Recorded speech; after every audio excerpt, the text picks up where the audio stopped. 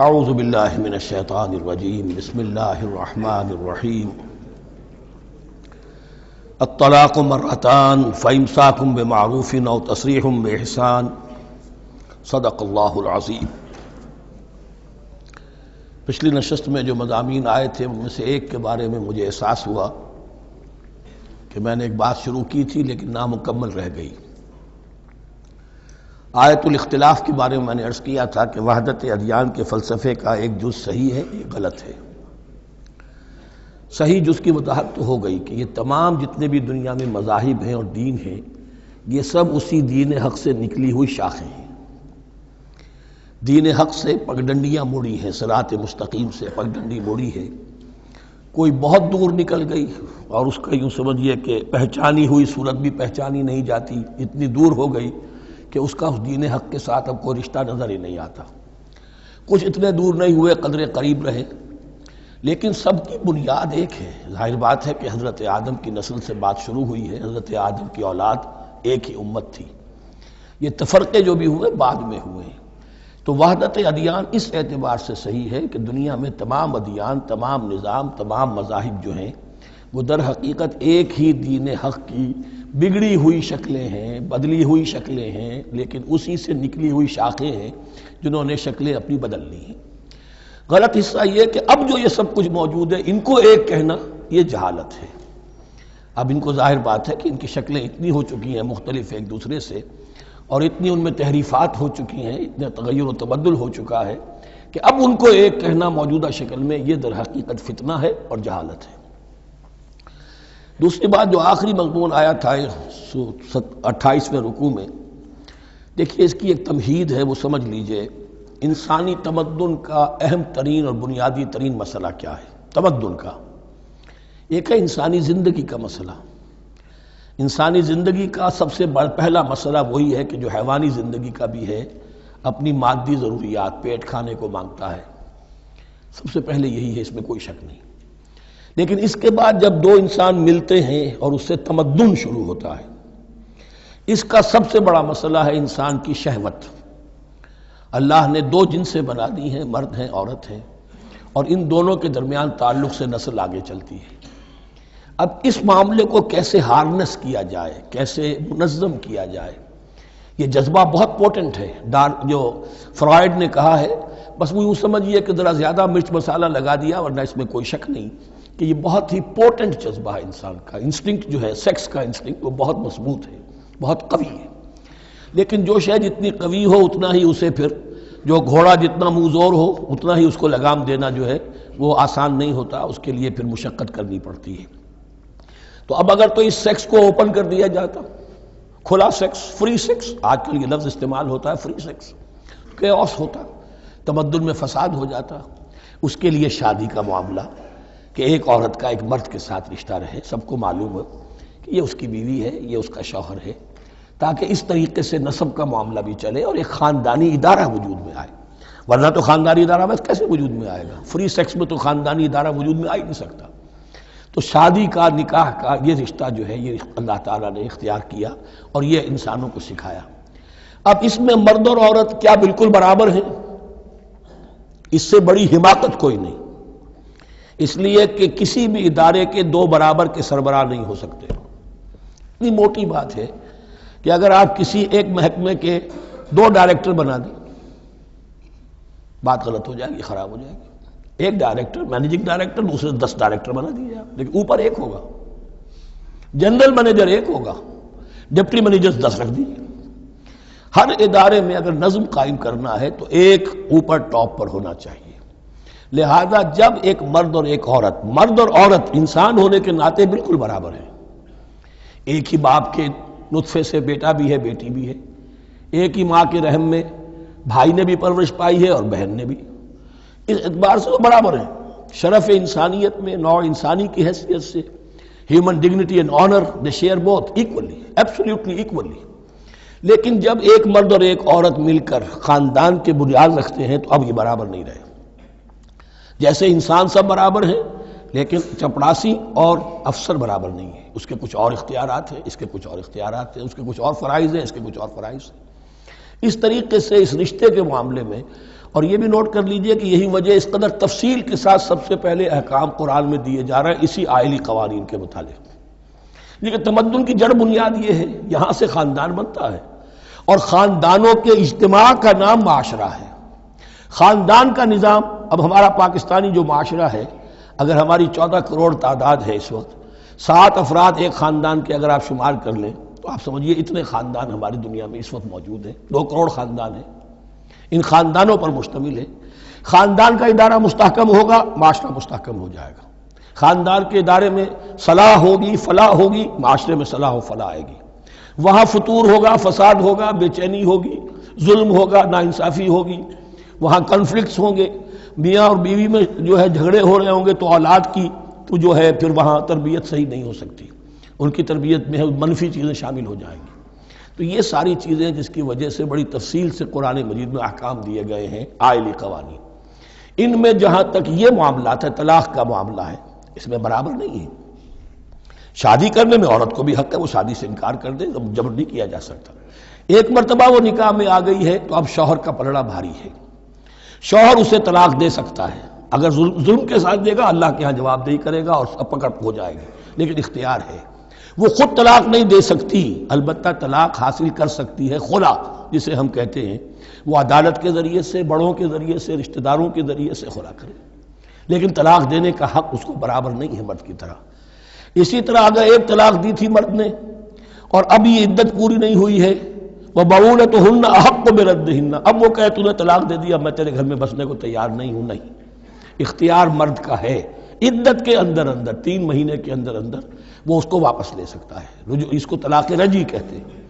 یہ تمام چیزیں ایسی ہیں کہ بہرحال خواتین کو اچھی نہیں لگتی. اور آج کی دنیا میں تو جو یہ مرد و عورت کی مساوات کا سلسلہ ہے، یہ شیطان کا سب سے بڑا فلسفہ اور معاشرے میں فساد اور گندگی پیدا کرنے کا اس کا سب سے بڑا ہتھیار ہے. اور اب جو کچھ رہی صحیح اقدار ہماری ایشیا کے ممالک جو ہیں، زیادہ تر مسلمان ممالک ہیں، ان میں خاندانی نظام کی جو بچی کھچی شکل رہ گئی ہے اس کو برباد کرنے کے لیے یہ قاہرہ کانفرنس اور بیجنگ کانفرنس، اس ایشیا کا گھیراؤ دونوں طرف سے، مشرق سے اور مغرب سے، کہ عورت کو آزاد کرو، عورت کو اٹھاؤ، ایمینسیپیشن کے نام پر، آزادی کے نام پر، اور مرد و عورت کی مساوات کے نام پر، تاکہ خاندانی نظام ٹوٹ کر رہ جائے، جیسے کہ ان کے ہاں ٹوٹ چکا ہے. خاندانی نظام نے، یہ کلنٹن صاحب نے کہا تھا اپنے سال 9 کے میسج میں کہ عنقریب ہماری قوم، امریکن نیشن، بہت جلد اس کی اکثریت حرامزادوں پر مشتمل ہوگی. Born out of wedlock, وہ کسی شادی کے نکاح کے نتیجے میں کوئی وجود میں نہیں آئے ہیں، زنا کے نتیجے میں وجود آئی بھی قوم ہوگی. 1 پیرنٹ فیملی رہ گئی ہے، ماں ہی باپ ہے اور وہی ماں ہے، اور وہ دونوں وہ جانتے ہی نہیں. اب وہاں بڑی ایک مہم اٹھ رہی ہے کہ ہر انسان کا حق ہے کہ اسے معلوم ہو کہ میرا باپ کون ہے. وہاں تو بہت سے لوگ پتہ ہی باپ کون ہے میرا، کیا پتہ. یہ تباہی ہے جو اس معاشرے پر آ چکی ہے، اور ہمارے ہاں بھی لوگ اسی معاشرے کی نقالی پر چل رہے ہیں. اور یہ نظریہ مساوات مرد و زن جو ہے، یہ بہت ہی یوں سمجھیے کہ تابناک اور بہت اچھے الفاظ کے ساتھ سامنے آ رہا ہے. البتہ اس کا دوسرا رخ بھی ہے. اسلام نے عورت کو جو حقوق دیے ہیں، بدقسمتی سے ہم مسلمانوں نے وہ بھی ان کو نہیں دیے. اس کی وجہ یہ ہے کہ ہمارے اوپر ہمارا ہانٹ کر رہا ہے ہمارا ہندوانہ پس منظر. ہندوؤں کے معاشرے میں عورت کی کوئی حیثیت نہیں، نہ اس کی وراثت کا حق ہے، نہ وہ بیوہ ہو جائے تو جینے کا حق تھا اس کو، وہ تو پھر ستی ہو جانا چاہیے اس کو، اس کے لیے تو زندگی کا حق بھی نہیں ہے، وراثت تو بہت دور کی بات رہی، کوئی پراپرٹی کا کوئی سوال نہیں، کسی طرح کی کوئی حیثیت نہیں، کوئی لیگل اینٹیٹی نہیں. لیکن ہم مسلمان تو ہو گئے، ہمارے آباء و اجداد، تربیت ہوئی نہیں، لہذا ہمارے اوپر وہی تصورات ہیں. عورت کو جو ہے پاؤں کی جوتی کی طرح سمجھنا، یہ جو کچھ ہم کر رہے ہیں ان کے جائز حقوق بھی انہیں نہیں دیتے. اس کے نتیجے میں ہم جو مغرب کا ہم پر حملہ ہے اس کو مؤثر کرنے میں گویا ہم مدد دے رہے ہیں. اگر ہم اپنی خواتین کو وہ حقوق نہیں دیں گے، اگر ان کے لیے جو اللہ نے جو مقرر کیا ہے وہ انہیں نہیں دیا جائے گا، تو ظاہر بات ہے کہ رد عمل میں پھر جو یہ نعرے ہیں اور بڑے خوشنما جو دعوت اٹھتی ہے وہ لازماً انہیں کھینچ کر لے جائے گی. تو اس طرف بھی خیال رکھیے. اور ہمارے ہاں دیندار گھرانوں میں خاص طور پر یہ بات ہوتی ہے، اس کو سمجھنا چاہیے کہ عورتوں کے کیا حقوق ہیں، ان کی دلجوئی کتنی کرنی چاہیے. حضور نے کیا فرمایا ہے؟ خیرکم خیرکم لأہلہ وانا خیر لأہلی، خیر منکم لأہلی. تم میں سے بہترین لوگ وہ جو اپنے گھر والوں کے لیے اچھے ہوں، بہترین لوگ وہ ہیں. ان کے حقوق کا لحاظ ہو، ان کے ساتھ سلوک ہو، ان کی دلجوئی ہو، ان کے احساسات کا بھی پاس کیا جائے۔ البتہ جہاں شریعت کا اور دین کا معاملہ آ جائے، نتھنگ ڈوئنگ، سیدھی سیدھی بات، یہ تلوار کی طرح آپ ننگے ہو جائیں اس وقت کہ یہ معاملہ دین کا ہے، اس میں میں تمہاری کوئی رعایت نہیں کر سکتا۔ ہاں میرے معاملات کے اندر جو بھی تم چاہو میں نرمی کروں گا، یہ ہو سکتا ہے۔ بس اس کو ذہن میں رکھیے، یہ کڑوی گولی ہے۔ وَلَهُنَّ مِثْلُ الَّذِي عَلَيْهِنَّ بِالْمَعْرُوفِ وَلِلرِّجَالِ عَلَيْهِنَّ دَرَجَةٌ۔ اب درمیان کے الفاظ کو تو جدید جو ہمارے ہیں دانشور وہ لے لیتے ہیں، اوپر کا نہیں دیکھتے کہ بَعُولَتُهُنَّ أَحَقُّ بِرَدِّهِنَّ، برابری کہاں رہی؟ شادی کرتے ہوئے برابری ہے، عورت کہہ سکتی میں شادی نہیں کرتی، شادی نہیں ہوگی، اس وقت برابری ہے، دونوں کی رضامندی سے شادی ہوگی، یہ برابری ہے۔ لیکن جب ایک مرتبہ بیوی بن گئی اب برابر نہیں ہے۔ اب یہ فلسفہ جا کر پوری طرح بیان ہوگا سورہ نساء میں، اور رجال قوامون علی النساء، یہ بات پھر وہاں آئے گی۔ اس کی تمہید ہے یہ کہ یہ کڑوی گولی ذرا خواتین کے حلق سے اترنی شروع ہو جائے۔ وَبَعُولَتُهُنَّ أَحَقُّ بِرَدِّهِنَّ، اور اسی طریقے سے وَلِلرِّجَالِ عَلَيْهِنَّ دَرَجَةٌ۔ البتہ اللہ نے جو ذمہ داریاں عورت کے حوالے کی ہیں، جس طرح کے اس کے فرائض ہیں ویسے ہی اس کے حقوق بھی ہیں، یہ ہے جو بات کہی جا رہی، لَهُنَّ مِثْلُ الَّذِي عَلَيْهِنَّ بِالْمَعْرُوفِ۔ اور یہ دنیا کا وہ اصول ہے کہ responsibilities and privileges they go together۔ کہیں آپ کا اگر ذمہ داری زیادہ تو حقوق اور اختیارات بھی زیادہ ہوں گے، ذمہ داری بہت ڈال دی، حقوق و اختیارات اتنے ہیں نہیں، آپ ذمہ داری ادا نہیں کر سکتے۔ جہاں ذمہ داری کم ہوگی وہاں حقوق و اختیارات بھی کم ہوں گے، یہ دونوں چیزیں پروپورشنیٹ چلتی ہیں۔ اب چلیے آگے، مجھے اندیشہ ہے کہ میں نے خاصا وقت اس میں لگا دیا۔ الطلاق مرتان، طلاق دو مرتبہ ہے، یعنی ایک شوہر کو دو مرتبہ طلاق دے کر اور رجوع کر لینے کا حق ہے۔ ایک دفعہ طلاق دی اور عدت کے اندر رجوع کر لیا، ٹھیک ہے، پھر طلاق دی اور عدت کے اندر رجوع کر لیا، ٹھیک ہے، تیسری مرتبہ طلاق دی اب رجوع نہیں کر سکتا۔ الطلاق مرتان، دو مرتبہ ہو سکتا ہے۔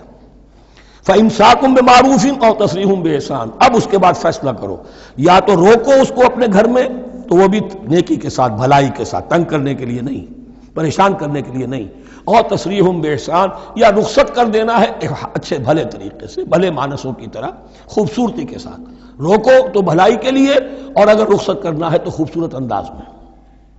وَلَا يَحِلُّ لَكُمْ أَن تَأْخُذُوا مِمَّا آتَيْتُمُوهُنَّ شَيْئًا، اور تمہارے لیے ہرگز جائز نہیں ہے کہ جو کچھ تم نے انہیں دیا تھا اس میں سے کچھ بھی واپس لو، جو بھی تم نے انہیں مہر دیا تھا اس میں سے کچھ واپس نہیں لے سکتی جب تم طلاق دے رہے ہو۔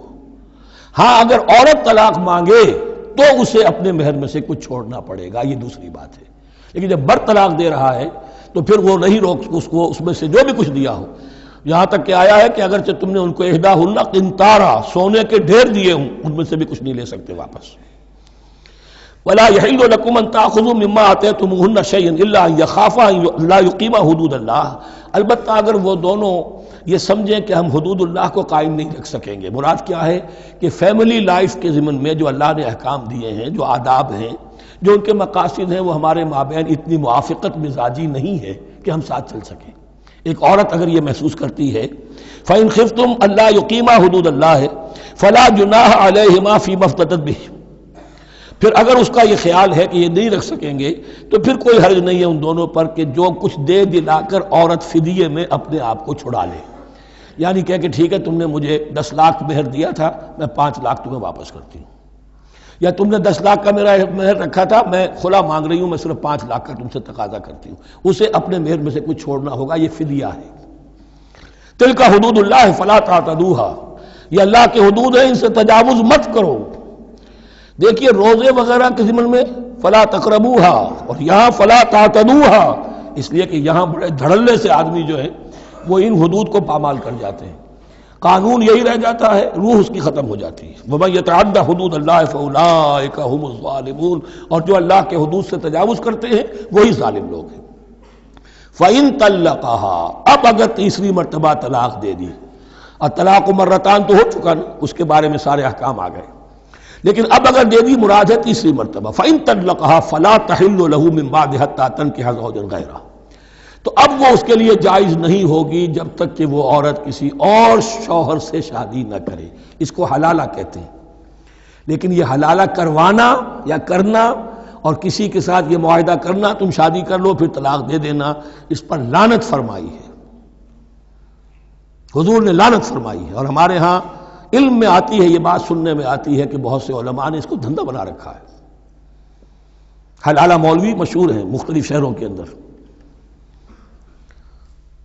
فَإِن طَلَّقَهَا فَلَا تَحِلُّ لَهُ مِن بَعْدُ حَتَّى تَنكِحَ زَوْجًا غَيْرَهُ فَإِن طَلَّقَهَا، پھر اگر وہ بھی دوسرے شادی کی دوسری جگہ پر، اس عورت نے اس شوہر سے بھی نہیں بنی، اس نے بھی طلاق دے دی، فَلَا جُنَاحَ عَلَيْهِمَا أَن يَتَرَاجَعَا، تو اب کوئی گناہ نہیں ہوگا ان دونوں پر کہ وہ رجوع کر لیں، پہلے سابق شوہر سے شادی کر لیں۔ یعنی عورت کو شاید عقل آ گئی ہو، کوئی اسی کی زیادتی تھی کہ پہلے شوہر کے ہاں بس نہیں سکی، اب دوسری مرتبہ کا تجربہ ہو گیا تو اس کے کان ہو گیا کہ کوئی غلطی میری ہی ہے، اب شاید دوبارہ وہ اپنے شوہر کی طرف، سابقہ شوہر کی طرف رجوع کرنا چاہے تو اس کی اجازت ہے۔ ان ظنا یقیما حدود اللہ، اگر ان کو یہ یقین ہو کہ وہ اللہ کے حدود کی پاسداری کر سکیں گے۔ اللہ کے حدود جو ہیں احکام شریعت، ان کو بہرحال مد نظر رکھنا ہے اور فائق رکھنا ہے۔ وَتِلْكَ حُدُودُ اللَّهِ يُبَيِّنُهَا لِقَوْمٍ يَعْلَمُونَ، اور یہ وہ حدود ہیں اللہ کے جن کو وہ واضح کر رہا ہے، کھول کھول کر بیان کر رہا ہے ان لوگوں کے لیے کہ جو علم حاصل کرنا چاہیں۔ ترجمہ یہ ہوتا ہے عام طور پر جنہیں علم حاصل ہے، اصل میں کسی وقت فعل کو طلب فعل کے معنی میں استعمال کیا جاتا ہے عربی زبان میں، یعلمون جو جاننا چاہیں، جن کے اندر طلب ہے علم کی۔ وَإِذَا طَلَّقْتُمُ النِّسَاءَ فَبَلَغْنَ أَجَلَهُنَّ، تو جب تم لوگ اپنی بیویوں کو طلاق دو اور پھر وہ اپنی عدت پوری کر لیں، فَأَمْسِكُوهُنَّ بِمَعْرُوفٍ أَوْ سَرِّحُوهُنَّ بِمَعْرُوفٍ، تو اب چاہو تو روکو انہیں لیکن معروف طریقے سے، اور چاہو تو انہیں رخصت کر دو وہ بھی اچھے طریقے پر۔ وَلَا تُمْسِكُوهُنَّ ضِرَارًا لِتَعْتَدُوا، اور دیکھو ایسا نہ کرو کہ تم روکو انہیں تنگ کرنے کے لیے۔ اچھا ذرا اس کی میں اور خبر لوں گا رجوع کر کے، ذرا اگر تو طلاق ہو گئی تو آزاد ہو جائے گی، غصہ اتنا چڑھا ہوا ہے کہ ابھی وہ غصہ ٹھنڈا نہیں ہوا ہے، رجوع کر رہا ہے اس لیے کہ اسے اور پریشان کروں، اسے اور تکلیفیں پہنچاؤں۔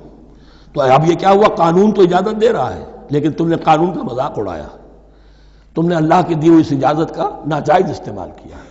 ہاں اگر بسانے کا واقعی ارادہ ہو گیا ہے تو ضرور تم رجوع کر لو، رجوع کا حق تمہیں ہے، لیکن اگر یہ نہیں ہے، پریشان کرنا ہے، فلا تمسکوہن ولا تمسکوہن ضرارا لتعتدوا، ضدم زدہ ان پر زیادتی کرنے کے لیے، ستانے کے لیے، ومن یفعل ذلک فقد ظلم نفسہ، اور جو کوئی بھی یہ کام کرے گا اس نے اپنی جان پر ظلم ڈھایا۔ ولا تتخذوا آیات اللہ ہزوا، اور دیکھو اللہ کی آیات کو مذاق اور کھیل نہ بنا لو، ٹھٹھا نہ بنا لو۔ یہ اچھی طرح جان لیجئے، لا از لا and there can be law which has no flaw. Flawless law is impossible. اس لیے تقوی، اللہ کا خوف ہر جگہ پر بار بار، ورنہ تم اللہ کی شریعت کا تماشا بنا دو گے، ٹھٹھا بنا دو گے۔ ولا تتخذوا آیات اللہ ہزوا واذکروا نعمت اللہ علیکم، اور یاد کرو، ذکر کرو، شعور کرو اللہ کے انعامات کا جو تم پر ہوئے ہیں۔ وما انزل علیکم من الکتاب والحکمت، اور جو اس نے نازل فرما دی ہے تم پر اپنی کتاب، اپنی شریعت اور حکمت، یعظکم بہ، اس کے ذریعے سے تمہیں نصیحت کر رہا ہے، سیدھا راستہ بتا رہا ہے۔ واتقوا اللہ، اللہ کا تقوی اختیار کرو۔ واعلموا ان اللہ بکل شیء علیم، اور جان لو کہ اللہ تعالیٰ کو ہر چیز کا حقیقی علم حاصل ہے۔ وَإِذَا طَلَّقْتُمُ النِّسَاءَ فَبَلَغْنَ أَجَلَهُنَّ فَلَا تَعْضُلُوهُنَّ أَن يَنكِحْنَ أَزْوَاجَهُنَّ إِذَا تَرَاضَوْا بَيْنَهُم بِالْمَعْرُوفِ، اور جب تم عورتوں کو، اپنی عورتوں کو طلاق دے دو پھر وہ اپنی عدت پوری کر لیں، تو مت آڑے آؤ اس میں کہ وہ عورتیں پھر نکاح کر لیں اپنے سابق ازواج سے، اذا تراضوا بینہم بالمعروف، جبکہ وہ آپس میں رضامند ہو جائیں بھلے طریقے پر۔ یعنی اگر طلاق مغلظ نہیں ہے، دیکھیے ایک طلاق ہوتی ہے بائن، پہلی طلاق دوسری طلاق، یہ جب تک عدت ختم نہیں ہوئی طلاق رجعی کہلاتی ہے، اس کے دوران شوہر کو رجوع کرنے کا حق ہے۔ عدت پوری ہو گئی، اب یہ بائن ہو گئی، اب شوہر اور بیوی کا جو رشتہ ہے ٹوٹ گیا۔ اب اگر نکاح ہوگا تو دوبارہ ہوگا، اس میں عورت کی مرضی کو دخل ہے، عدت کے اندر عورت کی مرضی کو دخل نہیں ہے، لیکن عدت کے بعد اب عورت کو اختیار ہے، اب تو نکاح ثانی ہوگا، سوائے طلاق مغلظ کے۔ تیسری طلاق اگر ہو گئی ہے تو پھر جب تک اس کا نکاح کسی اور سے نہ ہو جائے، وہ بھی طلاق دے دے، تو ان کے درمیان نکاح نہیں ہو سکتا۔ گویا کہ یہ دو طلاقوں کے بعد اگر پھر یہ لوگ جب کہ طلاق بائن ہو چکی ہو وہی عورت وہی مرد پھر نکاح کرنا چاہیں تو اب تم آڑے مت آؤ۔ ہوتا کیا ہے، عورت کے بھائی ہیں، اب انہیں غصہ چڑھا ہوا، اس بدماش نے یہ کچھ کیا تھا، اس نے تمہیں ایسے ایسے ستایا تھا، اس نے یہ کیا تھا، اب تمہیں ہم شادی نہیں کرنے دیں گے اس کے ساتھ۔ نہیں، یہ کام تمہارا نہیں ہے۔ اگر وہ اذا تراضوا بینہم، اگر وہ باہم راضی ہو جائیں تو تم اب ان کے آڑے مت آؤ۔ بالمعروف ذالک یوعظ بہ من کان منکم یؤمن باللہ والیوم الآخر، یہ وہ چیزیں ہیں جن کی نصیحت کی جا رہی ہے تم میں سے ان کو جو واقعتاً ایمان رکھتے ہو اللہ پر اور یوم آخر پر۔ ان کے اندر ایمان ہی نہیں ہے، ان کے لیے یہ سارا جو ہے بھینس کے آگے بین بجائے جاؤ کیا حاصل ہے، وہ تو پھر اس کو کوئی فائدہ نہیں پہنچے گا۔ ذالک یوعظ بہ من کان منکم یؤمن باللہ والیوم الآخر ذالکم ازکی لکم واطہر، یہ طریقے جو ہیں تمہارے لیے زیادہ پاک ہیں، زیادہ عمدہ ہیں۔ واللہ یعلم وانتم لا تعلمون، اللہ جانتا ہے تم نہیں جانتے۔ اپنی عقل کو مقدم نہ رکھو، یہ اللہ کا علم ہے، اسی نے عورت کو بنایا، اسی نے مرد کو بنایا، اسے مرد بھی عزیز ہے عورت بھی عزیز ہے۔ الخلق عیال اللہ، حضور نے فرمایا تمام مخلوق اللہ کے کنبے کے مانند ہے۔ اللہ کو تو اپنا ہر انسان مرد ہو یا عورت ہو محبوب ہے، پسندیدہ ہے، اس کی تخلیق ہے، اس کا شاہکار ہے، لیکن یہ کہ وہ جانتا ہے کہ عورت کے کیا حقوق ہونے چاہیے، مرد کے کیا ہونے چاہیے۔ لہذا واللہ یعلم وانتم لا تعلمون والوالدات یرضعن اولادہن حولین کاملین، اور والداؤں کے لیے، ماؤں کے لیے ضروری ہے کہ وہ اپنی اولاد کو 2 سال دودھ پلائیں پورا۔ یہ خاص طور پر یہاں تذکرہ ہو رہا ہے جب طلاق کا مسئلہ ہو۔ اب طلاق ہو گئی، شوہر تو علیحدہ ہو گیا، شوہر کہتا ہے بھائی میرا بچہ تو میرا ہے، قانوناً تو اولاد شوہر کی ہوتی ہے، لیکن تم اسے دودھ پلاؤ، تو 2 سال تک وہ عورت انکار نہیں کر سکتی، دودھ پلائے گی۔ لمن اراد ان یتم الرضاعہ، جو شخص چاہے کہ یہ رضاعت پوری کروائے اپنی سابقہ مطلقہ بیوی سے۔ وعلی المولود لہ رزقہن وکسوتہن بالمعروف، لیکن اس عرصے کے لیے جس کی وہ اولاد ہے یعنی شوہر جو سابق ہے اس کے ذمے ہے اس کا رزق اور اس کا لباس، جسے ہم نان نفقہ کہتے ہیں۔ 2 سال اگر اس نے دودھ پلانا ہے اس ماں نے، مطلقہ ماں نے اپنے طلاق دینے والے شوہر کے بیٹے کو یا بیٹی کو، تو اب اس عرصے کے دوران اس کا نان نفقہ اس کے ذمے ہے، باپ کے ذمے ہے، بالمعروف، بڑے طریقے سے۔ یعنی یہ کہ ایسا نہ ہو کہ ہو تو کروڑ پتی لیکن اب وہ اس کو بیوی کو مطلقہ کو وہ دینا چاہے نان نفقہ اپنی خادماؤں کی طرح کا، نہیں، وہ ہونا چاہیے معروف طریقے پر۔ لا تکلف نفس الا وسعها، کسی پر ذمہ داری نہیں ڈالی جاتی مگر اس کی وسعت کے مطابق۔ لا تضار والدۃ بولدہا، نہ تو تکلیف پہنچائی جائے والدہ کو اپنے بچے کی وجہ سے، ولا مولود لہ بولدہ، نہ جس کا وہ اولاد ہے، جس کا وہ بیٹا یا بیٹی ہے یعنی باپ، نہ اس کو تکلیف پہنچائی جائے۔ کوئی لا ضرر ولا ضرار، حضور کی حدیث ہے، دونوں کے ساتھ منصفانہ سلوک کیا جائے۔ وعلی الوارث مثل ذلک، اب فرض کیجئے وہ شخص جو تھا طلاق دینے والا وہ تو مر گیا، تو وارث کے ذمے، اس کا جو وارث ہے اس کے ذمے نان نفقہ رہے گا، اس کے اپنے مرحوم والد کی اگر اولاد اس کی کسی مطلقہ بیوی کے پاس ہے 2 سال تک دودھ پلانے کے لیے۔ فَإِنْ أَرَادَا فِصَالًا، اب یہ بھی ہو سکتا ہے کہ وہ دونوں جو ہیں کہیں کہ سب میں تو دودھ نہیں پلاتی، یا یہ کہ وہ شوہر چاہے ان تراض منہما، دونوں راضی ہو جائیں کہ میں دودھ نہیں پلواتی، آپ دودھ چھڑوا دیجئے، وتشاور، آپس میں رضامندی اور مشورے سے، فلا جناح علیہما، اس میں بھی کوئی حرج نہیں۔ اگر دودھ چھڑوانا چاہیں، وہ کسی اور سے دودھ پلوانا چاہتے ہیں، کوئی دایا رکھ لی ہے اس سے دودھ پلوانا چاہتا ہے، ٹھیک ہے، لیکن ہونا چاہیے جبر نہ ہو، ماں پر جبر نہ ہو۔ ان تراض منہما، دونوں کی رضامندی سے، وتشاور، اور مشورے سے، فلا جناح علیہما، تو پھر ان دونوں پر کوئی حرج نہیں ہے۔ اذا سلمتم ما آتیتم بالمعروف، جب کہ تم اس کی ماں کو وہ سب کچھ دے دو جس کا کہ تم نے اسے وعدہ کیا تھا۔ یہ نہ ہو کہ نان نفقے کو بچانے کے لیے اب تم کہو درمیان میں کہ چھوڑو جی مجھے تو سستی عورت مل رہی ہے دودھ پلا سکتی ہے، نہیں جی کون سا؟ وَإِنْ أَرَدْتُمْ أَنْ تَسْتَرْضِعُوا أَوْلَادَكُمْ فَلَا جُنَاحَ عَلَيْكُمْ، اگر تم چاہو کسی اور سے اب دودھ پلوانا، رضاعت کروانا، تو اس میں بھی کوئی حرج نہیں۔ فَلَا جُنَاحَ عَلَيْكُمْ إِذَا سَلَّمْتُمْ مَا آتَيْتُمْ بِالْمَعْرُوف، جبکہ ان کی ماں، اس کی ماں کو تم دے چکو جو کچھ کہ تم نے طے کیا تھا معروف اور بھلے طریقے پر. واتقوا اللہ، اور اللہ کا تقوی اختیار کرو. واعلموا ان اللہ بما تعملون بصیر، اور جان لو کہ جو کچھ تم کر رہے ہو اللہ اسے دیکھ رہا ہے. والذین یتوفون منکم ویذرون ازواجا، اور وہ کہ جو تم میں سے وفات پا جائیں اور وہ چھوڑ جائیں بیویاں. یتربصن بانفسہن، اب یہ عدت جو تھی ایک تھی طلاق کی عدت، وہ 3 ماہواریاں آ جانا، 3 مہینے اندازن، اور ایک ہے جو فوت ہو گیا. اور بیوہ کی عدت کیا ہے؟ والذین یتوفون، جو تم میں سے وفات دے دیے جائیں، منکم تم میں سے، ویذرون ازواجا، پیچھے بیویاں چھوڑ گئے ہوں. یتربصن بانفسہن 4 اشہر و عشرہ، وہ روکے رکھیں اپنے نفسوں کو 4 مہینے اور 10 دن. 4 مہینے 10 دن تک ایک جو بیوہ عورت ہے وہ کوئی اور نکاح نہیں کر سکتی. 4 مہینے 10 دن.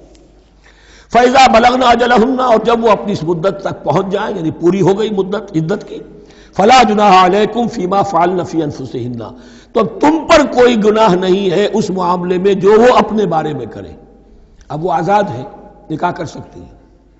اب تم روکنا چاہو ہماری ناک کٹ جائے گی، یہ بیوہ بیٹھ نہیں سکی، اس سے رہا نہیں گیا، نہیں، غلط بات، تمہارا کوئی اختیار نہیں. لا جناح علیکم فیما فعلن فی انفسہن بالمعروف، کریں نیک طریقے سے، بھلے طریقے سے، شریعت کے مطابق، قواعد شریعت کے مطابق، تو تمہارا اختیار نہیں ہے کہ روکو. واللہ بما تعملون خبیر، اور جو کچھ تم کر رہے ہو اللہ اس سے باخبر ہے. ولا جناح علیکم فیما عرضتم بہ من خدمۃ النساء واکننتم فی انفسکم، اب یہ انہی بیواؤں کا ذکر ہو رہا ہے. تم پر کوئی حرج نہیں ہے کہ جو تم اشارے میں کوئی بات و پیغام دینا چاہو کسی بیوہ کو، اشارے کنائے میں، لیکن یہ کہ اس میں عدت کے دوران نکاح تو نہیں ہو سکتا. اشارے کنائے میں یہ کچھ بات کہی جا سکتی ہے کہ مجھے دلچسپی ہے، شاید میں کوئی بھی طریقہ اختیار کیا جائے. او اکننتم فی انفسکم، یا اپنے دلوں میں چھپائے رکھو، تو اللہ کو کوئی اعتراض نہیں. اس میں یہ کہ ظاہر بات ہے کہ ایک آدمی علم اللہ انکم ستذکرونہن، اللہ کے علم میں ہے تمہیں ان کا خیال تو آئے گا ہی. آخر یہ عورت تھی، بیوہ ہو گئی ہے، اب میں اس سے شادی کر سکتا ہوں، آپ کو رغبت ہے اس کی طرف نکاح کی، تو اب کوئی آدمی سوچے میرے دل میں خیال آ رہا ہے بیوہ کے بارے میں، میں تو گناہ گار ہو گیا، میرا دل گناہ گار ہو گیا، نہیں، یہ قانون فطرت ہے. علم اللہ انکم ستذکرونہن، اللہ کے علم میں ہے ان کا خیال تو تمہیں آئے گا ہی. ولیکن لا تواعدوہن سرا، لیکن ایسا نہ کرو کہ ان سے معاہدہ کر لو خفیہ، طے ہو جائے، بات پکی ہو جائے. سرا الا ان تقولوا قولا معروفا، سوائے اس کے کہ کوئی معروف بات کہہ دی جائے جس سے انہیں اشارہ مل جائے، بس. ولا تعزموا عقدۃ النکاح حتی یبلغ الکتاب اجلہ، اور مت باندھو گراہ نکاح کی جب تک کہ قانون شریعت اپنی مدت پوری نہ کر لے، یعنی عدت جب تک پوری نہ ہو جائے. اب یہاں دیکھیے حتی یبلغ الکتاب، کتاب سے مراد شریعت، قانون شریعت. کتاب سے مراد یہاں کیا ہے کہ جو بھی قانون آ چکا ہے کتاب کے اندر، 4 مہینے 10 دن کے بعد نکاح اس سے پہلے نہیں ہوگا. وَاعْلَمُوا أَنَّ اللَّهَ يَعْلَمُ مَا فِي أَنفُسِكُمْ فَاحْذَرُوهُ، اور جان لو کہ اللہ خوب جانتا ہے جو تمہارے دلوں میں ہے، پس اس سے ڈرو، اس کی پکڑ سے بچو. وَاعْلَمُوا أَنَّ اللَّهَ غَفُورٌ حَلِيمٌ، اور یہ بھی جان لو اللہ غفور بھی ہے، بخشنے والا بھی ہے. وہ خطا ہو گئی ہے، استغفار کرو، توبہ کرو، اللہ معاف فرمائے گا.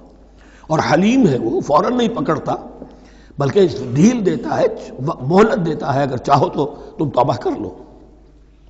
لا جناح علیکم ان طلقتم النساء ما لم تمسوهن او تفرضوا لهن فریضہ، تم پر کوئی گناہ نہیں ہے کہ تم ایسی بیویوں کو طلاق دے دو کہ جن کو نہ تو تم نے اب تک چھوا ہو اور نہ ان کے لیے مہر مقرر کیا ہو. یہ ہو جاتا تھا نکاح جو ہے بچپن میں بھی کر دیے جاتے تھے، لیکن ابھی کوئی نوبت نہیں آئی ہے، نکاح تو ہو گیا لیکن نہ کوئی مہر مقرر ہوا ہے، نہ کوئی ان کی ملاقات ہوئی ہے. تو اگر ایسا کرو گے تو سکتے ہو. وَمَتِّعُوهُنَّ، لیکن شرافت کا تقاضا یہ ہے کہ جو لڑکی تم سے منسوب رہی ہے، اب اگر وہ رشتہ توڑ رہے ہو تو اسے کچھ دے دلا کر، اسے کچھ نہ کچھ متاع، کچھ سامان دنیاوی دے کر. مَتِّعُوهُنَّ عَلَى الْمُوسِعِ قَدَرُهُ وَعَلَى الْمُقْتِرِ قَدَرُهُ، جو وسعت والا ہے، جس کو کشائش حاصل ہے، غنی ہے، وہ اپنی حیثیت کے مطابق، اور جو تنگ دست ہے وہ اپنی حیثیت کے مطابق. متاعًا بالمعروف، اور یہ ساز و سامان دینا جو ہے یہ بھی بھلے انداز میں ہو، ایسا نہ ہو جو خیرات دی جا رہی ہو. حقاً حقا علی المحسنین، یہ حق ہے محسنین پر، یہ سمجھے کہ ہم پر اللہ تعالیٰ کی طرف سے عائد کردہ یہ ذمہ داری ہے۔ وَإِن طَلَّقْتُمُوهُنَّ مِن قَبْلِ أَن تَمَسُّوهُنَّ وَقَدْ فَرَضْتُمْ لَهُنَّ فَرِيضَةً، اور اگر دوسری شکل یہ ہے کہ تم نے طلاق دی ایسی بیوی کو کہ جس کو تم نے چھوا تو نہیں ہے لیکن مہر مقرر ہو چکا تھا، فَنِصْفُ مَا فَرَضْتُمْ، تو اب آدھا مہر جو ہے جو تم نے فرض کیا تھا، جو طے کیا تھا، اس کا آدھا تو تمہیں دینا ہی دینا ہے۔ الا یعفون، الا یہ کہ وہ معاف کر دیں، ہمیں آدھا بھی نہیں چاہیے، یا چلیے ہمیں چوتھائی دے دیجئے۔ او یعفو الذی بیدہ عقدۃ النکاح، یا وہ اس کے اندر جو ہے سخاوت سے کام لے کہ جس کے ہاتھ میں نکاح کی گرہ ہے، گرہ تو مرد کے ہاتھ میں وہ کھول سکتا ہے، عورت طلاق دے نہیں سکتی، لہذا کیوں نہ ایسا کرو کہ تم پورا ہی مہر دے دو۔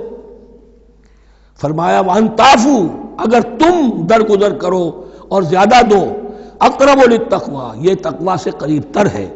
وَلَا تَنْسَبُوا الْفَضْلَ بَيْنَكُمْ، اپنے مابین احسان کرنا مت بھولو، اور اپنے مابین جو فضیلت اللہ نے تمہیں دی ہے عورتوں پر اس کو مت بھولو۔ تمہارا پھر ایٹیچیوڈ بھی ایسا ہونا چاہیے کہ تم اپنے بڑے ہونے کے حساب سے ان کے ساتھ نرمی کرو، ان کو زیادہ دو، ان کو جتنا بھی مہر مقرر کیا تھا اس سے بھی زیادہ دے دلا کے رخصت کرو۔ قانون میں تو صرف مہر ہوگا، البتہ قانون یہی ہے کہ اگر انہیں چھوا نہیں ہے، مقاربت نہیں ہوئی ہے، لیکن یہ کہ مہر مقرر ہو چکا تھا تو آدھا مہر تو لازماً دینا ہے۔ آدھا بھی یہ چھوڑ سکتی ہے عورت، لیکن تمہارے لیے بہتر ہے کہ تم پورا دو یا اور زیادہ دو۔ ان اللہ بما تعملون بصیر، یقیناً جو کچھ تم کر رہے ہو اللہ دیکھ رہا ہے۔ حافظوا علی الصلوات والصلاۃ الوسطیٰ، محافظت کرو پوری طرح، چوکس ہو کر، چوکنے ہو کر تمام نمازوں کی، اور خاص طور پر صلاۃ وسطیٰ کی۔ یعنی بار بار جو آ رہا ہے جان لو اللہ جانتا ہے، جان لو اللہ دیکھ رہا ہے، جو کچھ تم کر رہے ہو اللہ کی نگاہ میں ہے، جو کچھ تم کر رہے ہو اللہ باخبر ہے، یہ سارا کچھ جو ہے یہ اللہ کی یاد ذہن میں برقرار رکھنے کے لیے تمہیں نماز دی گئی ہے۔ 5 وقتہ تم حاضر ہو، دنیا کے کاروبار سے نکلو اور آ کر پھر عہد اللہ سے اپنا جو ہے، یہ جو حفیظ کا ایک شعر ہے، آؤ سجدے میں گرے لوح جبی تازہ کریں، سرکشی نے کر دیے دھندلے نقوش بندگی، آؤ سجدے میں گرے لوح جبی تازہ کریں۔ یہاں پر جو ہمارا بندگی کا نقش تھا سرکشی کی وجہ سے وہ دھندلے ہو گئے ہیں۔ سرکشی نے کر دیے دھندلے نقوش بندگی، آؤ سجدے میں گریں لوح جبی تازہ کریں، کہ پھر اس پر اللہ تعالیٰ کے ساتھ جو عہد کیا ہے ایاک نعبد و ایاک نستعین اسے پھر تازہ کریں۔ حافظوا علی الصلوات والصلاۃ الوسطیٰ، صلاۃ وسطیٰ کے بارے میں بہت سے اقوال ہیں، لیکن عام طور پر اس سے مراد عصر کی نماز لی گئی ہے۔ دن میں 2 نمازیں اس سے پہلے ہیں، فجر ہے، ظہر ہے، 2 پھر بعد میں ہیں، مغرب ہے، عشاء ہے۔ وقوموا للہ قانتین، اور کھڑے ہوا کرو اللہ کے سامنے پورے ادب کے ساتھ، یعنی ایک تو رکوع ہے جس میں جھکنا ہے، سجدہ ہے جھکنے کی انتہا ہے، قیام بھی قنوت کے ساتھ ہو، معلوم ہو کہ ایک بندہ اپنے آقا کے سامنے کھڑا ہے، اس کے کھڑے ہونے کے انداز میں بھی معلوم ہو کہ تواضع ہے، عجز ہے۔ فَإِنْ خِفْتُمْ فَرِجَالًا أَوْ رُكْبَانًا، اور اگر تم خوف کی حالت میں ہو تو چاہے پیادہ چلتے ہوئے، سفر کرتے ہوئے، دشمن پیچھا کر رہا ہے، آپ کہیں جا رہے ہیں تو چاہے اب رکیں گے نماز پڑھیں گے تو وہ تعاقب میں قریب آ جائے گا تو رجالن چلتے ہوئے، یا کہیں جلدی جانا ہے اور وہاں پر ابھی فوری طور پر حملہ کرنا ہے تو اس میں یہ ہے کہ جنگ کی حالت میں یہ رعایتیں ہیں، چلتے ہوئے اور رکبانہ یا سوار ہونے کی حالت میں بھی نماز پڑھی جا سکتی ہے۔ فَإِذَا أَمِنْتُمْ، لیکن پھر جب امن میں ہو جاؤ، فَاذْكُرُوا اللَّهَ كَمَا عَلَّمَكُمْ، پھر اللہ کو یاد کرو جیسے کہ تمہیں اس نے سکھایا ہے۔ کس نے سکھایا ہے؟ محمد الرسول اللہ نے۔ صلو کما رأیتمونی اصلی، نماز پڑھو جیسے کہ تم مجھے دیکھتے ہو میں نماز پڑھتا ہوں۔ وہ ہے اللہ کا سکھایا ہوا، اس لیے کہ یہ بھی ثابت ہے روایات سے کہ حضرت جبرائیل نے آ کر حضور کو نماز پڑھائی ہے، 2 دن پڑھائی ہے۔ ایک دن 5 نمازیں اول وقت میں پڑھائیں، دوسرے دن 5 نمازیں آخری وقت میں پڑھائیں، اور بتا دیا کہ ان نمازوں کا وقت ان اوقات کے دوران ہے۔ تو معلم جو ہے حضور کے نماز کے معاملے میں حضرت جبرائیل ہے، اور اب حضور جو ہے پوری امت کے لیے معلم ہے۔ فَإِذَا أَمِنْتُمْ فَاذْكُرُوا اللَّهَ كَمَا عَلَّمَكُمْ مَا لَمْ تَكُونُوا تَعْلَمُونَ، جو کہ تم نہیں جانتے تھے اللہ نے تمہیں سکھایا ہے۔ وَالَّذِينَ يُتَوَفَّوْنَ مِنْكُمْ وَيَذَرُونَ أَزْوَاجًا، اور پھر دوبارہ لوٹ کر معاملہ آ رہا ہے بیواؤں کا، اور جو لوگ تم میں سے وفات دے دیے جائیں اور وہ چھوڑ جائیں پیچھے بیویاں، وصیۃ لازواجہم متاعا الی الحول غیر اخراج، تو ان کی بیویوں کے لیے وصیت لازماً، اپنی بیویوں کے لیے وصیت لازماً کریں 1 سال تک کے لیے نان نفقے کی، اور بغیر اس کے کہ انہیں گھروں سے نکالا جائے۔ اب یوں سمجھیے اس کو، ایک شخص فوت ہوا، 4 بیویاں ہیں، ایک کے ہاں اولاد تھی، بیٹا تو اسی کا ہے، باقی 3 تو اس کی جو ہیں سوتیلی مائیں ہیں۔ ایک ماں کو تو وہ اپنی ماں سمجھ کر اس کی خدمت کرے گا، باقی 3 کو لائبلٹی سمجھے گا۔ تو فرمایا ایسا نہ ہو کہ فوراً نکال دو کہ جاؤ اپنا راستہ لو، جس سے تمہاری شادی تھی وہ گیا۔ 1 سال کے لیے انہیں گھر سے نہ نکالا جائے اور ان کا نان نفقہ دیا جائے۔ لیکن یہ بھی اصل میں تھا وصیت کا، جب یہ جو قانون آئے گا وراثت کا تو اس سے پہلے کے لیے ہے۔ جیسے کہ والدین کے لیے کہا گیا تھا وصیت کرو، ایسے بیویوں کے لیے بھی کرو۔ جب ان کا حق آ گیا، اس لیے کہ شوہر مر گیا ہے تو بیوی کا حق ہے اس کی وراثت میں، بیوی مر گئی ہے شوہر کا حق ہے اس کی وراثت میں، تو وہ تو وراثت کے اندر حق معین ہو گیا، تو اب یہ وصیت کی ضرورت نہیں۔ اور اسی طرح 1 سال کا نفقہ نہیں ہے، اب نفقہ جو ہے وہ صرف عدت کے دوران کا ہے، جو ہم اس سے پہلے پڑھ چکے ہیں۔ فَإِنْ خَرَجْنَ فَلَا جُنَاحَ عَلَيْكُمْ فِي مَا فَعَلْنَ فِي أَنفُسِهِنَّ، لیکن اگر وہ خود نکل جائیں، ظاہر بات ہے کہ عدت ہوتی 4 مہینے 10 دن، اب تم سال بھر روکو گے تو نہیں ان کو، اگر وہ شادی کر کے کہیں اور جا کے بسنا چاہیں تو تم پر کوئی الزام نہیں آئے گا، جو کچھ وہ کرتی ہیں اپنی جانوں کے بارے میں معروف ہو، بھلے طریقے پر، معروف طریقے پر۔ واللہ عزیز الحکیم، اور یقیناً اللہ تعالیٰ زبردست ہے، حکمت والا۔ وللمطلقات متاع بالمعروف، اسی طرح مطلقات کے لیے بھی ساز و سامان زندگی کی ضروریات ہے معروف طریقے پر، حقاً علی المتقین، لیکن یہ ہے عدت کے وقت تک کے لیے۔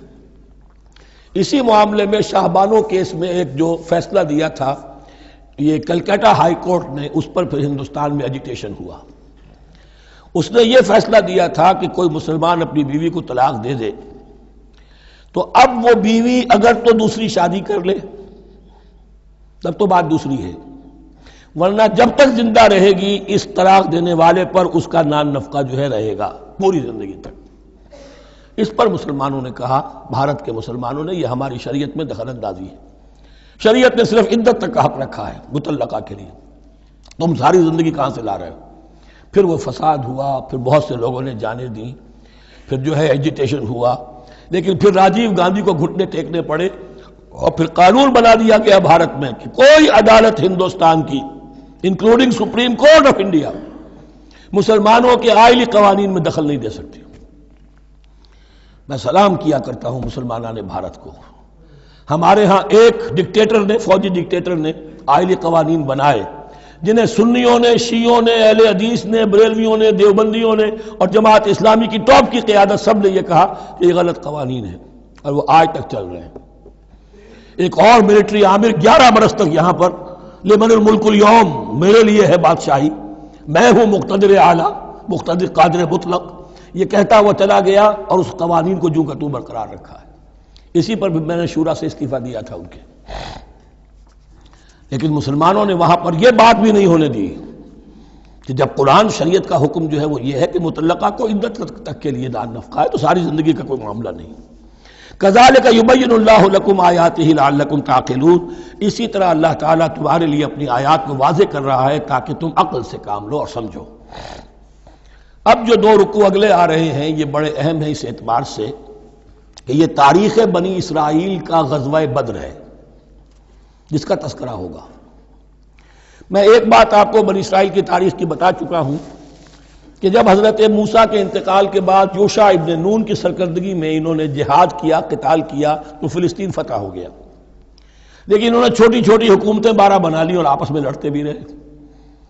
لیکن 300 برس کے بعد پھر صورتحال پیدا ہوئی، وہ واقعہ ہوگا جو اب سامنے آ رہا ہے کہ جب ان کے اوپر دنیا تنگ ہو گئی، آس پاس کے جو کافر اور مشرک لوگ تھے انہوں نے انہیں دبا لیا، بہت سو کو ان کے گھروں سے، ان کے ملکوں سے نکال دیا، تو پھر تنگ آ کر انہوں نے کہا اس وقت کے نبی سے کہ ہمارے لیے کوئی بادشاہ بنا دیجئے، سپہ سالار بنا دیجئے، اب ہم اللہ کی راہ میں جنگ کریں گے۔ تو وہ جو جنگ ہوئی ہے طالوت اور جالوت کی، اس جنگ کے بعد سے خلافت راشدہ شروع ہوئی ہے دور بنی اسرائیل کی۔ گویا کہ خلافت راشدہ دور بنی اسرائیل کی 300 برس بعد آئی ہے ان کے رسول کے انتقال کے۔ جبکہ خلافت راشدہ اس امت مسلمہ کی متصل ہے رسول اللہ صلی اللہ علیہ وسلم کے زمانے کے ساتھ، اس لیے کہ صحابہ نے جانیں دیں، خون دیا، قربانیاں دیں، اور اس کے نتیجے میں حضور کی زندگی ہی میں دین غالب ہو گیا، اسلامی ریاست قائم ہو گئی۔ تو ظاہر بات ہے اس کے بعد آپ کے انتقال کے بعد خلافت کا دور شروع ہو گیا، لیکن وہاں یہ سارے سال 300 برس گزرے ہیں، اس کے بعد ان کا دور خلافت آیا ہے، اور اس میں بھی 3 خلافتیں ہیں کہ جو متفق علیہ ہیں، ویسے وہاں تو وہ نبوتیں ہیں، طالوت علیہ السلام، داؤد علیہ السلام اور سلیمان علیہ السلام۔ چوتھی خلافت پر آ کر تقسیم ہو گئی ہے، جیسے حضرت علی کے زمانے میں چوتھی خلافت میں عالم اسلام جو ہے دارالاسلام منقسم ہو گیا کہ مصر اور شام نے حضرت علی کی خلافت کو تسلیم نہیں کیا۔ اسی طرح حضرت سلیمان کے 2 بیٹوں میں پھر ان کی مملکت تقسیم ہو گئی، ایک اسرائیل اور ایک یہودیہ، یہ 2 ریاستیں وجود میں ہیں، جیوڈی۔ بہرحال یہ جو واقعہ تھا کہ جس کے بعد خلافت راشدہ شروع ہو رہی ہے، اسلام کا غلبہ شروع ہو رہا ہے حضرت موسیٰ کی تاریخ میں، وہ ہے طالوت اور جالوت کی جنگ۔ اس کے لیے اب یہاں پر تذکرہ ہو رہا ہے، اور یہ بھی ایک آئینہ دکھایا جا رہا ہے صحابہ کرام کو، اب یہی مرحلہ تمہیں درپیش ہے۔ غزوہ بدر آیا چاہتا ہے، آئینہ، coming events cast their shadows before, تمہیں پہلے سے بتایا جا رہا ہے۔ الم تر الی الذین خرجوا من دیارہم، کیا تم لوگوں نے غور نہیں کیا، کیا تم نے غور نہیں کیا ان لوگوں کے حال پر کہ جو نکل گئے اپنے گھروں سے، وہم الوف، جبکہ وہ ہزاروں کی تعداد میں تھے، حذر الموت، موت سے ڈر کی وجہ سے، یعنی جب کفار اور مشرکین نے غلبہ کر لیا ان پر اور بہت سے ملکوں سے یہ بھاگے اپنے ملک چھوڑ کر، فقال لهم اللہ موتوا، تو اللہ نے ان سے کہا کہ مر جاؤ، ثم احیاہم، پھر انہیں زندہ کیا۔ یہاں یہ بھی ہو سکتا ہے مراد کہ فی الواقع یہ عمل ہوا ہو، اور یہ بھی مراد ہو سکتا ہے جیسے قوم مر جاتی ہے لیکن پھر اس کا نشأت ثانیہ ہو جاتی ہے، پھر اللہ نے ان کے اندر ایک جذبہ پیدا کر دیا۔ یعنی یہاں پر مرنا اور احیاء جو ہے وہ معنوی ہو، روحانی ہو، اخلاقی ہو، وہ بالفعل جسدی نہ ہو، لیکن اللہ کے اختیار سے باہر نہیں، اس کی قدرت میں ہے، سب کو مار کر بھی دوبارہ جلا سکتا ہے۔ ان اللہ لذو فضل علی الناس ولکن اکثر الناس لا یشکرون، اور یقیناً اللہ تعالیٰ تو اپنے بندوں پر بڑا فضل کرتا ہے، لیکن اکثر لوگ جو ہے شکر نہیں کرتے، ناقدری کرتے ہیں اللہ کے احسانات کی۔ لیکن اب وہ غزوہ بدر جو ہے ان کا، سابقہ امت مسلمہ کا، اس کا حال بیان کرنے سے پہلے مسلمانوں سے گفتگو ہو رہی، اس لیے کہ ہے تو ساری ان کے لیے، ان کی ہدایت کے لیے۔ تاریخ بیان کرنا قرآن کا مقصد نہیں ہے، تاریخ کی کتاب نہیں ہے یہ، تو جو پروسیس آف ریولوشن چل رہا تھا، جو جد و جہد تھی، جو تحریک تھی محمد رسول اللہ کی، جس مرحلے میں سے وہ تحریک گزر رہی ہے، اسی مرحلے کی مناسبت سے سابقہ تاریخ سے بھی واقعات لائے جا رہے ہیں، اور اسی کی مناسبت سے وہ جو بھی وقتی احکام ہیں وہ دیے جا رہے ہیں۔ وَقَاتِلُوا فِي سَبِيلِ اللَّهِ وَاعْلَمُوا أَنَّ اللَّهَ سَمِيعٌ عَلِيمٌ، اور جنگ کرو اللہ کے راستے میں، اور جان لو اللہ تعالیٰ سب کچھ سننے والا اور جاننے والا ہے۔ من ذا الذی یقرض اللہ قرضا حسنا فیضاعفہ لہ اضعافا کثیرا، کون ہے وہ شخص کہ جو اللہ کو قرض حسنہ دے؟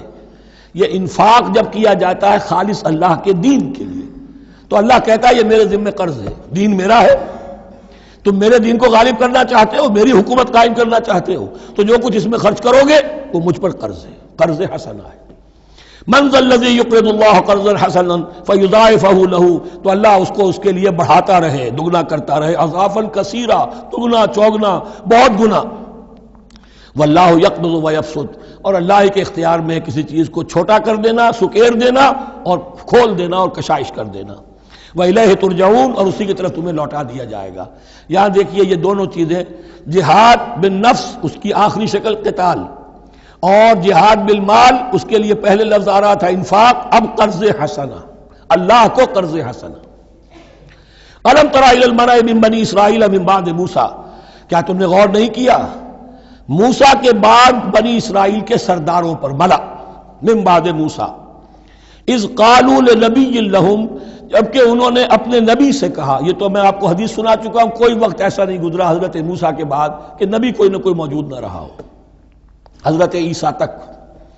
اس زمانے کے جو نبی تھے ان سے انہوں نے کہا لَهُمْ مُبَعْثُ لَنَا مَلِكًا نُقَاتِلْ فِي سَبِيلِ اللَّهِ، اب ہمارے لیے کوئی بادشاہ مقرر کر دیجئے تاکہ ہم اللہ کی راہ میں قتال کریں، جنگ کریں۔ یہاں بادشاہ سے مراد ہے جو سپہ سالار ہو، نبی ہے تو ظاہر بات ہے کہ نبی کا رتبہ تو بلند رہے گا، لیکن نبی کے تابع ہو کر کوئی شخص کہ جو جنگ کی سپہ سالاری کر سکے اس کو نامزد کر دیجئے۔ قال هل عصیتم ان کتب علیکم القتال الا تقاتلوا، جو نبی تھے، یہ سیموئیل نبی تھے، سیموئیل، یہ آپ اولڈ ٹیسٹمنٹ میں پڑھیں گے، سیموئیل نبی، انہوں نے کہا کہ اس کا بھی اندیشہ ہے کہ جب جنگ فرض کر دی جائے اللہ تو قاتلوا، پھر تم جنگ نہ کرو، یعنی ابھی تو بڑے تمہارے دعوے ہیں، بہادری دکھا رہے ہو، بڑا جوش و خروش ہے، کہیں ایسا تو نہیں ہوگا کہ ادھر سے میں اللہ تعالیٰ سے اجازت بھی لوں جنگ کی اور تمہارے لیے کوئی سپہ سالار یا بادشاہ بھی بنا دوں اور پھر تم جنگ سے کرنی کترا جاؤ۔ قالوا وما لنا الا نقاتل فی سبیل اللہ، ان کا کیسے ممکن ہے کہ ہم اللہ کی راہ میں قتال نہ کریں؟ وقد اخرجنا من دیارنا وابنائنا، جبکہ ہمیں نکال دیا گیا ہے ہمارے گھروں سے اور ملکوں سے اور اپنے بیٹوں سے، یعنی ان کی اولاد کو تو انہوں نے غلام بنا لیا، ان کی عورتوں کو بانیاں بنایا، اب یہ تو نکلے ہوئے ہیں اپنے ملکوں سے، خوف سے بھاگے ہوئے۔ فلما كتب عليهم القتال، تو جب ان پر وہ جنگ فرض کر دی گئی، تولوا الا قليلا منهم، تو پیٹھ پھیر گئے سب کے سب سوائے کچھ لوگوں کے۔ یہ گویا کہ تنبیہ کی جا رہی ہے، مسلمانوں تم بھی بہت کہتے رہے ہو کہ حضور ہمیں جنگ کی اجازت ملنی چاہیے، ہم کب تک یہ ظلم سہیں گے، لیکن ایسا نہ ہو، دیکھو اب جب جنگ کا حکم آئے، اب پڑھ چکے ہم وہ آیت کتب علیکم القتال وہو کرہ لکم، اب اچھی نہیں لگ رہی جنگ، جان تو پیاری ہے، تو اب دکھا دیا گیا وہاں بھی یہ ہوا۔ واللہ علیم بالظالمین، اور اللہ ایسے ظالموں سے خوب باخبر ہے۔ وقال لهم نبیہم، اور ان سے کہا ان کے نبی نے، ان اللہ قد بعث لکم طالوت ملکا، تمہارے لیے اللہ تعالیٰ نے طالوت کو بادشاہ مقرر کیا ہے۔ ان کا نام تورات میں آیا ہے سول یا ساؤل، SAUL۔ اب یہ سمجھ میں نہیں آتا، ہو سکتا ہے کہ اصل نام ساؤل ہو، لیکن چونکہ وہ بہت قداور تھے، طول قداور، اس لیے ان کا ایک صفاتی نام ہو طالوت۔ قرآن مجید نے صفاتی نام لیا ہے کہ وہ بہت قداور تھے۔ قالوا انا یکون له الملک علینا، اب انہوں نے کہا کیسے ہو سکتا ہے کہ اسے بادشاہت ملے ہمارے اوپر، ونحن احق بالملک منہ، ہمیں زیادہ حق حاصل ہے اس کے مقابلے میں کہ ہمیں بادشاہی دی جائے۔ ولم یؤت سعۃ من المال، وہ تو مفلس ہے، اسے تو اللہ نے کوئی زیادہ دولت دی نہیں ہے، کیونکہ ان کے معیار تو یہی تھے، جو دولت مند ہے وہی صاحب عزت ہے۔ قال ان اللہ اصطفاہ علیکم، اب نبی نے کہا اب جو چاہو کہو، اللہ نے اس کو چن لیا ہے تم پر، یہ فیصلہ اب ہو چکا، اللہ کا فیصلہ ہے، ڈیوائن ججمنٹ ہے، ڈیوائن ڈیسیجن ہے، کین ناٹ بی ریووکڈ۔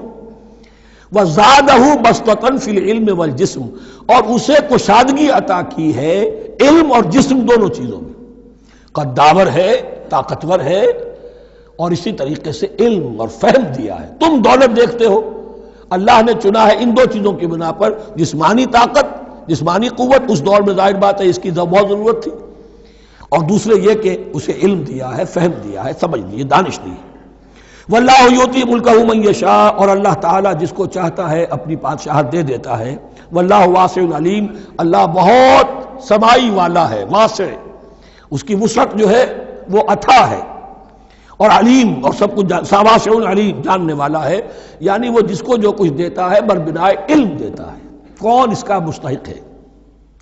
وقال لهم نبيهم ان آیۃ ملکہ ان یاتیکم التابوت فیہ سکینۃ من ربکم وبقیۃ مما ترک آل موسیٰ وآل ہارون تحملہ الملائکہ، اور ان سے کہا ان کے نبی نے کہ طالوت کی بادشاہت کی ایک نشانی یہ ہوگی کہ وہ صندوق جو تمہارے سے جاتا رہا چھن چکا ہے، جس میں سکینہ ہے، تمہارے لیے تسکین کا سامان ہے تمہارے رب کی طرف سے، اور بقیت مما ترک آل موسیٰ و آل ہارون، اور کچھ تبرکات ہیں جو آل موسیٰ اور آل ہارون کے اس صندوق میں رکھے ہوئے ہیں، تحملہ الملائکہ، وہ ملائکہ کی تحویل میں ہے۔ اب ان کی بادشاہی کی علامت کے طور پر وہ صندوق تمہارے پاس واپس آ جائے گا۔ اصل میں یہ تابوت سکینہ جو ہے یہ ان کا ایک بڑا لکڑی کا صندوق ہے، اب بھی ہے، ان کا دعویٰ ہے کہ موجود ہے، اور مسجد اقصیٰ کے نیچے جو سرنگ ہے اس میں موجود ہے۔ بعض ذرائع سے فوٹو لے کر بھی انہوں نے ڈاکومنٹری فلم بھی ابھی دکھا دی ہے کہ موجود ہے۔ نبوکدنضر نے جب گرایا تھا 586 قبل مسیح میں، جو حضرت سلیمان کا بنایا ہوا ہیکل تھا، اس کے تہخانے میں وہ رہتا تھا، اور وہیں پر جو ربائی تھے وہاں موجود تھے، ربانیین، تو جب گرایا گیا ہے اس کو، ہیکل کو، تو اسی میں وہ دب گئے ہیں، لیکن وہ چاروں طرف سے جو بھی تہخانہ تھا بند ہو گیا ہوگا، اور وہاں پر ان کی لاشیں بھی ہیں اور تابوت سکینہ بھی ہے۔ لیکن ہوا یہ تھا کہ جب ان کے پڑوسی ملکوں نے انہیں شکستیں دی تو وہ تابوت سکینہ بھی چھین کر لے گئے۔ اب اس میں گویا کہ ان کے لیے بہت بڑی بات تھی کہ ان کے لیے کم سے کم ایک دل کی روحانی تسکین کا سامان تھا. ہمارے پاس حضرت موسیٰ کے تبرکات ہیں، عصائے موسیٰ اس میں ہے، رکھا ہوا ہے، اب بھی ہے. اسی طریقے سے اس میں وہ جو جن تختیوں پر تورات لکھی ہوئی دی گئی تھی حضرت موسیٰ کو، وہ موجود ہے، ان کے کہنے کے مطابق اب بھی ہے. تو اس طریقے سے ان کے لیے تسکین ہوتی تھی، جیسے کہ مسلمان کو خانہ کعبہ کو دیکھ کر تسکین ہوتی ہے. تو فرمایا اس میں تمہارے لیے سکینت بھی ہے اور تمہارے آل موسیٰ اور آل ہارون کے تبرکات بھی ہیں. تحملہ الملائکہ، اس وقت وہ ملائکہ کی تحویل میں ہوا یہ کہ جہاں وہ تابوت لے گئے ان کے دشمن، وہاں پلیگ آ گئی. انہوں نے سمجھا کوئی نحوست ہے اس کے اندر جس کی وجہ سے پلیگ آ گئی ہے. انہوں نے ایک چھکڑے کے اوپر اس کو رکھا اور بیلوں کو ہانک دیا، جاؤ جدھر جانا ہے. تو حضرت سموئیل نے ان سے کہا کہ طالوت کا اللہ کی طرف سے نامزد کیے جانا ایک علامت اس کی یہ ہوگی کہ وہ تمہاری تسکین کا سامان جو تم سے چھن گیا تھا، ان کے عہد عمارت میں یا ان کے عہد ملوکیت میں تمہیں واپس مل جائے گا، اور وہ فرشتوں کی تحویل میں ہے. تو ایک روز وہ چھکڑا جو ہے وہ لیے ہوئے وہ تابوت ان کے ہاں پہنچ گیا. ان فی ذلک لآیۃ لکم ان کنتم مؤمنین، یقیناً اس میں تمہارے لیے نشانی ہے اگر تم ماننے والے ہو. فلما فصل طالوت بالجنود، اب جب حضرت طالوت اپنے لشکروں کو لے کر چلے، ان میں سے جو لوگ تو انکار کر گئے رہ گئے، جو لوگ چلے ساتھ ان کو لے کر چلے. قال ان اللہ مبتلیکم بنہر، انہوں نے فرمایا اپنے لشکر والوں سے اللہ تعالیٰ تمہاری ایک آزمائش کرے گا ایک نہر سے، دریا سے. یہ جو ہے جارڈن ریور جارڈن، اس کو کراس کر کے پھر حملہ کرنا تھا.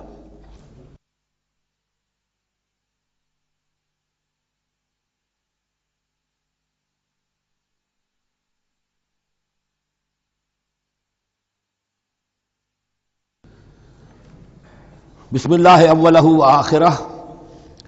فلما فصل طالوت بالجنود، تو جب طالوت اپنے لشکروں کو لے کر چلے، قال ان اللہ مبتلیکم بنہر، تو انہوں نے کہا کہ اللہ تعالیٰ تمہاری آزمائش کرے گا ایک دریا سے، یعنی دریائے اردن. فمن شرب منہ فلیس منی، جو اس میں سے پیٹ بھر کر پانی پیے گا وہ مجھ میں سے نہیں ہے. ومن لم یطعمہ فانہ منی، جو اس میں سے پانی نہیں پیے گا وہ میرا ساتھی ہے. الا من اغترف غرفۃ بیدہ، سوائے اس کے کہ کوئی صرف اپنے چلو سے اور وہ کچھ وہ ایک گھونٹ لے لے. یہ اصل میں ہر کمانڈر کے لیے ضروری ہوتا ہے کہ کسی بھی بڑی جنگ سے پہلے اپنے ساتھیوں کا مورال دیکھے، ڈسپلن کی حالت دیکھے.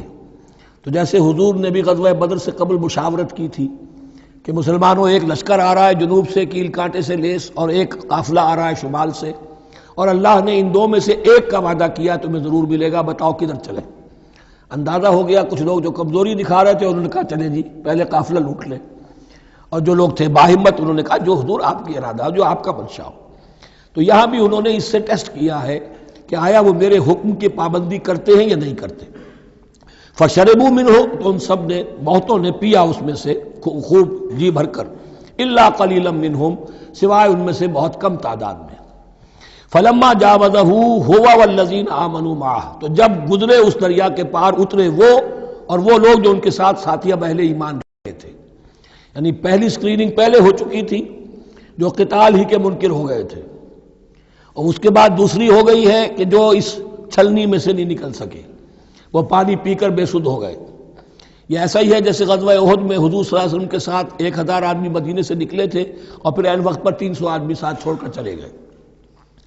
تو جب انہوں نے دریا پار کر لیا، انہوں نے اور ان کے ساتھی اہل ایمان نے، قالوا لا طاقت لنا اليوم بجالوت وجنودہ، تو انہوں نے کہا کہ ہمارے اندر تو واقعتاً طاقت نہیں ہے کہ ہم جالوت کا اور اس کے لشکروں کا مقابلہ کر سکیں. یہ گولیت جس کو کہتے ہیں جالوت، یہ بڑا قوی ہیکل انسان تھا، اور اس کا جو زرہ بختر تھا وہ اتنا پورا جسم ڈھکا ہوا کہ سوائے آنکھ کے سوراخ کے اور کچھ نہیں تھا اس میں، جو نظر ہی نہیں آتا تھا. تو اس نے مبارزت کی اور کوئی بھی مقابلے پر نہیں آ رہا تھا. قال الذين يظنون انهم ملاقو الله كم من فئة قليلة غلبت فئة كثيرة باذن الله، تو کہا ان لوگوں نے جو یقین رکھتے تھے کہ اللہ سے ملاقات کرنی ہے کہ کئی مرتبہ ایسا ہوا ہے، کتنی مرتبہ ایسا ہوا ہے کہ چھوٹی جماعت غالب آ گئی ہے بڑی جماعت پر اللہ کے حکم سے. یعنی آگے بڑھو، ہمت کرو، اپنی جو ہے کم ہمتی کا ثبوت نہ دو، اللہ تعالیٰ کی نصرت سے، اللہ کی مدد سے تمہیں فتح حاصل ہو جائے گی۔ واللہ مع الصابرین، اللہ تو صابروں کے ساتھ ہے۔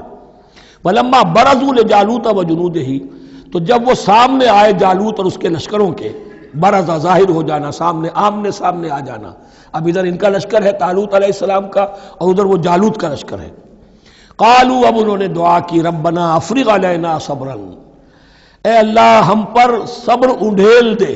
یہ افرغ کا لفظ ہوتا ہے کسی برتن سے پانی اس طرح گرا دینا کسی کے اوپر کہ وہ برتن خالی ہو جائے، گھڑوں پانی ڈال دینا یا کچھ اور برتن میں سے۔ افرغ علینا صبرا، ہم پر صبر انڈھیل دے، صبر کی بارش فرما دے۔ ربنا افرغ علینا صبرا وثبت اقدامنا، اور ہمارے قدموں کو جما دے، وانصرنا علی القوم الکافرین، اور ہماری مدد فرما ان کافروں کے مقابلے میں۔ یہی دعا گویا کہ تلقین کی جا رہی ہے اہل ایمان کو کہ جب بدر کے موقع پر تمہارا مقابلہ ہوگا تو تمہیں یہ دعا کرنی چاہیے۔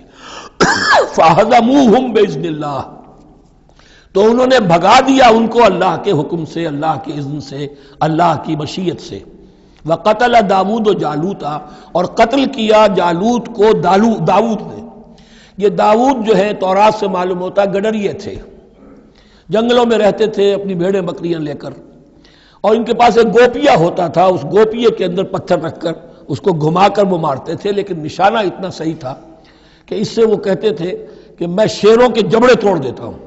جب کبھی شیر آتے ہیں میرے بھیڑوں بکریوں کے گلوں پر حملے کے لیے، تو جب وہ آ گئے اتفاق سے، جب لشکر آمنے سامنے تھے، ادھر جالوت للکار رہا ہے آئے کوئی میرے مقابلے میں، ادھر سب کے سب سہمے کھڑے ہیں، کوئی آگے نہیں نکل رہا، تو حضرت طالوت آئے، یہ حضرت داود آ گئے اتفاقاً۔ کہا معلوم ہوا کیا سچویشن ہے، یہ ہے کہ اچھا ٹھیک ہے، میں اس غیر مختون کا میں معاملہ کرتا ہوں، اس لیے کہ یہ ان کے یہاں سب سے بڑی گالی تھی۔ حضرت ابراہیم کی ملت میں ہے ختنہ، اور یہ جو کفار اور مشرک تھے ان کے ہاں ختنہ نہیں تھی، تو نامختون ہونا ان کے ہاں یہ سب سے بڑی گالی تھی۔ اس نامختون کا پھر جو ہے میں اس کو کیفر کردار تک پہنچاؤں گا، میرے پاس یہ گوپیا ہے اور میں تو شیروں کے جبڑے توڑ دیا کرتا ہوں۔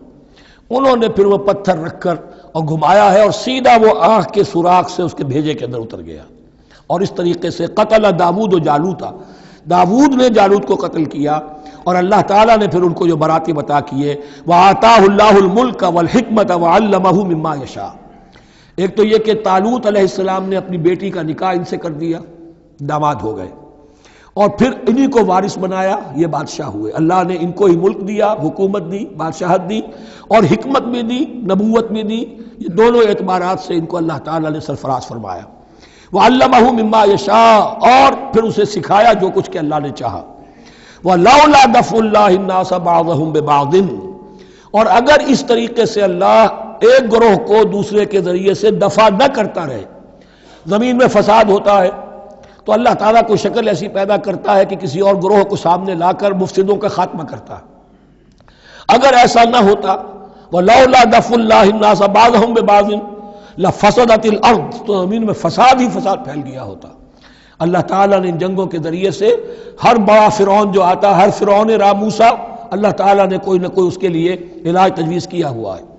وَلَوْلَا دَفْعُ اللَّهِ النَّاسَ بَعْضَهُمْ بِبَعْضٍ لفسدت الارض ولكن اللہ ذو فضل علی العالمین، لیکن اللہ تعالیٰ تو تمام جہانوں پر بڑا فضل کرنے والا ہے۔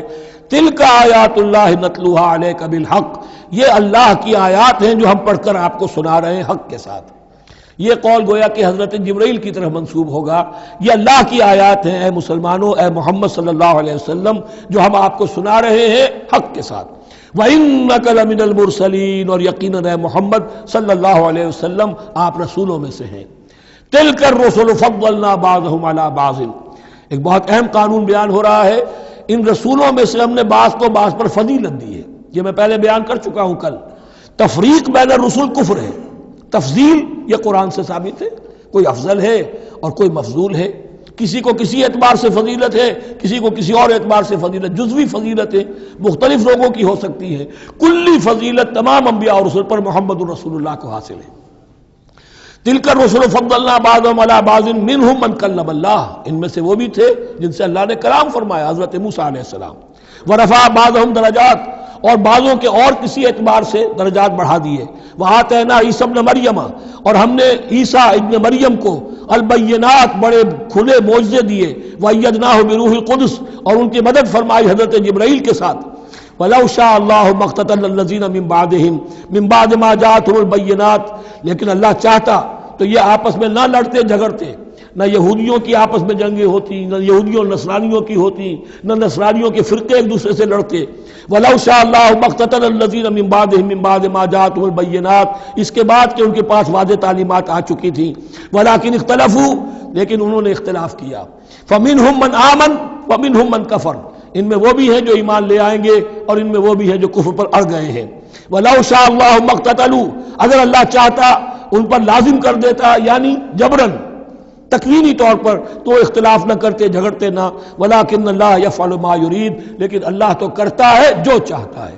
اللہ نے جو دنیا کو اس حکمت پر بنایا ہے کہ یہ دنیا کی زندگی آزمائش ہے، آزمائش کے لیے آزادی دی ہے، تو جو شخص غلط راستے پر جانا چاہے اسے آزادی ہے، جو صحیح راستے پر آنا چاہے اسے آزادی ہے۔ بارک اللہ لی و لکم فی القرآن العظیم ونفعنی وإیاکم